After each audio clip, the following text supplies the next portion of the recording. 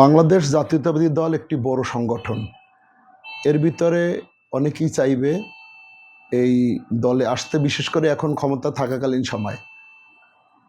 তো বিগত বছরগুলোতে আমরা অনেককে দেখি না, এখন তারা আসছে, বর্তমানে দল ক্ষমতা আসছে, এখন তারা এই কমিটিতে থাকবে, এটাই তাদের মূল উদ্দেশ্য। তো আমরা যারা বিএনপি করেছে বিগত দিনে, 2001 সালের নির্বাচন আমরা করেছি, 2003 সালে সরোয়ারবাড়ির 27 নম্বর ওয়ার্ডের আমি কনভেনার ছিলাম, সিটি কর্পোরেশনের 27 নং ওয়ার্ডের। তো সেখানে সাইকেল মার্কায় তাকে বিজয়ী করেছি আমরা। এরপর থেকে সরোয়ারবাড়ির সাথে কাজ করছি। 2003 সালে আমি চেয়ারম্যান নির্বাচিত হয়েছি এবং 2011 সালেও চেয়ারম্যান নির্বাচিত হয়েছি। তো আমাদের যেহেতু সরোয়ারবাড়ি একজন ভালো মানুষ, তিনি এই কমিটিটা আমাদেরকে নিয়ে আসছেন এবং আমাদের কেন্দ্র এই কমিটিটা দিয়েছে। বিগত দিনে আমাদের এই কমিটি দিয়েছিল একটা সময় আমাদের অ্যাডভোকেট মুজিবুর রহমান নান্টু এবং আক্তার হোসেন তালুকদার মেহবুল। সেই কমিটিটা দেওয়ার পরে দীর্ঘ 4.5 মাস পরে আবার এই কমিটিটা ভেঙে ফেলেছে তারা। বর্তমান আহ্বায়ক বীর মুক্তিযোদ্ধা আমাদের আবুল হোসেন খান এবং আমাদের অ্যাডভোকেট আবুল কালাম শাহিন, তারা এসে কমিটিটা ভেঙে দিয়েছিল। এরপরে আবার কমিটিতে আমি ছিলাম আহ্বায়ক, সেখানে আমাকে রাখছে 3 নম্বর যুগ্ম আহ্বায়ক। তো সেই সময় আমি দলের বিরুদ্ধে অবস্থান নেই নাই, কোনো সংবাদ সম্মেলন করি না। আমি 1 ঘন্টার নোটিশে সংবাদ সম্মেলন করতে পারতাম এবং জনগণ জড়ো করে আমি এই কমিটির বিরুদ্ধে আমি অবস্থান নিতে পারতাম। আমি তখন ভেবেছি যে না, দলের দুঃসময় চলতেছে, এখন দলের নেতারা যেটা ভালো মনে করছে সেইটাই করছে, তারা আমাকে নেয় নাই, আমি দলের কাজ করতেছি কর্মী হিসেবে, এরকম থাকি। দল যদি আমার কর্মকাণ্ডে খুশি হয়ে যদি কখনো দল আমাকে মূল্যায়ন করবে তখন আমি। তো এরপরে তাদেরকে 2 বছর সময় দেওয়া হলো। 2 বছরে তারা কোনো মিছিল মিটিং সেরকম করতে পারেনি, কোনো আন্দোলন সংগ্রাম করতে পারেনি, এমনকি তারা কোনো কমিটিও গঠন করতে পারেনি। কাশীপুরে একটা ইউনিয়নে একদিনে 9টা কমিটি করছে তারা। তাইলে এটা পকেট কমিটি ছাড়া কিছুই না। এরপরে তারা বিভিন্ন সময় আমরা লক্ষ্য করছি, বিভিন্ন ইউনিয়নে গিয়া তারা কোনো কমিটি করতে না পেরে, কোনো লোকজন না পেয়ে, তারা অটো ড্রাইভার এবং নূতন লোক যারা কোনোদিন বিএনপি করে না তাদেরকে দিয়ে কমিটি গঠন করছে।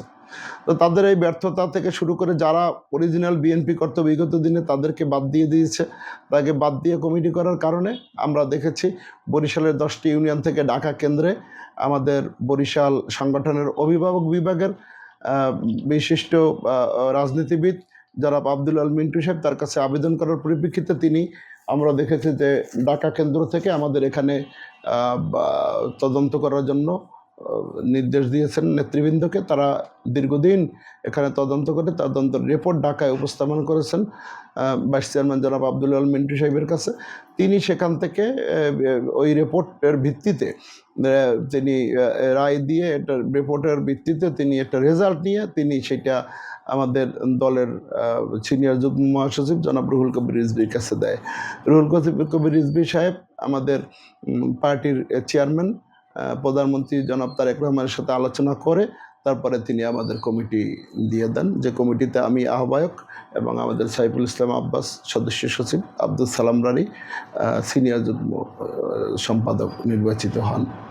যখন আমি যুগ্ম আহ্বায়ক হই বা সদস্য হই তখন দেখা যায় তারা আমার বিরুদ্ধে কোনো অপবাদ দেয় না, কিন্তু কুরুচিপূর্ণ মিথ্যা অপবাদ তখনই দেয় যখনই আমি আহ্বায়ক হই, নেতা হই, তখনই তারা বিভিন্ন অভিযোগ আমার বিরুদ্ধে দাঁড়া করায়।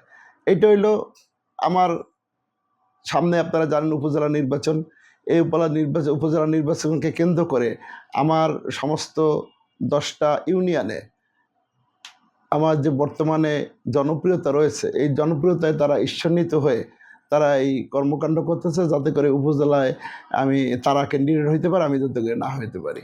আমরা কেন্দ্রে ইতিমধ্যেই অবহিত করেছি, আমরা ফেসবুকের মাধ্যমে এবং আমরা মোবাইলের মাধ্যমে তাদেরকে অবহিত করেছি। এটা কেন্দ্র যেহেতু কমিটি দিয়েছে, কেন্দ্রেরই ব্যাপার, কেন্দ্র যে সিদ্ধান্ত নেবে আমরা সেটাই মানিয়ে নেব। তাদের কিছুদিন আগে আমাদের এক ভাই মিজানুর রহমান আইনাল ব্যাপারী উনি ইন্তেকাল করেছেন। আমরা আজকে এখানে যারা কথা বলছি আমরা আজকে মৃত্যুবরণ করতে পারি অনেকেই।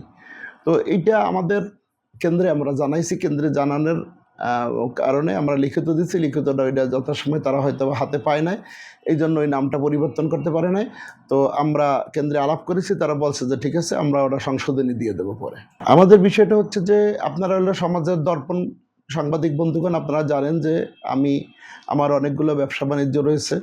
আমি মানুষকে দেয়া ছাড়া নেওয়ার মতো কত চিন্তা আমার ভিতরে নেই। আমি সবসময় কর্মীবান্ধব নেতা হিসেবে আমি আত্মপ্রকাশ করেছি, সবাই জানে।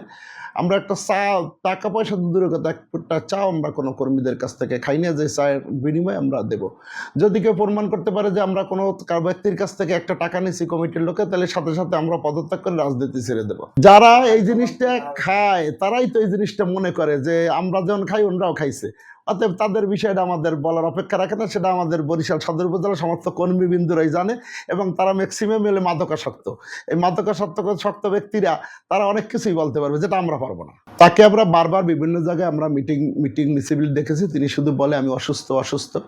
আর তাকে চরমনা ইউনিয়নের দায়িত্ব দিয়েছি, তিনি শুধুমাত্র চরমনা ইউনিয়নের 5 নম্বর ওয়ার্ড রাজারচর গ্রামটার দায়িত্ব পালন করছে আহ্বায়ক হইয়া। 10টা ইউনিয়নে তো তিনি যায়নি আমাদের সাথে সিনিয়র যুগ্ম হবে হিসেবে ছড়াবা ইলেকশনের সময়, আর শুধুমাত্র তার ওই একটা ওয়ার্ডে সে কাজ করছে। আমরা বুখাইনগরে একটা প্রোগ্রাম দিয়েছি, সেখানেও তিনি যান নাই। এখন তার ছেলে কখনো বিএনপি করতে আমরা দেখিনি। তার ছেলে বর্তমানে বাজারে আসছে, আইসা এই সুসময় তিনি বিভিন্ন বিলবোর্ড দিতেছে। এখন তিনি যে কোনো একটা উসিলে দিয়ে আমাদের সাথে একটা শত্রুতা সৃষ্টি করবে, এটা তার একমাত্র বানানো উসিলে, আর কিছুই না। যেহেতু সে তার সম্পর্কে তার এলাকার লোকজনই ভালো জানে, ভালো বলতে পারবে যে তিনি কেমন মানুষ, তার কর্মকাণ্ড কেমন। এটা আমরা বিগত দিনে দেখেছি যে আওয়ামী নির্বাচনের সময় তিনি অন্য একটা দলের সাপোর্ট করেছেন, যেটা আমরা কখনো কাম্য মনে করি না। গুরুবেনের বলি হতে পারি, কারণ আমরা দেখেছি যে সিটি কর্পোরেশন থেকে কতিপয় মহিলা আনা হয়েছে যারা সিটি কর্পোরেশনে চাকরি করে, তাদের কাছে মিটিংয়ে আমরা দেখলাম। এবং ইসুফ নামে একজন পানি ইসের কর্মী আছে, তাকে দেখলাম সে কিছু লোকজন নিয়ে ওখানে ছিল, তাকে অনুমতি দেওয়া হয়েছে যে তুমি এই লোকজন নিয়ে ওখানে থাকবা শহীদ মিনারের ওখানে। তো আমরা আজকে জানি যে কোনো পানি টানি তো শহরে ওঠে নাই, তাহলে সেই লোকগুলো কি করে ওখানে গেল? নিশ্চয়ই এটা কারোর নির্দেশে হয়েছে। আমরা দেখেছি এই সংবাদ সম্মেলনে সিটি কর্পোরেশনের এটা একটা আলাদা সংস্থা, সেই ক্যামেরা পার্সন আজকে দেখছি এখানে উপস্থিত হয়েছে, এবং সিটি কর্পোরেশনের একটা উন্নয়নমূলক একটা আইডি রয়েছে, সেই আইডিতেও এইটা প্রচার করা হয়েছে।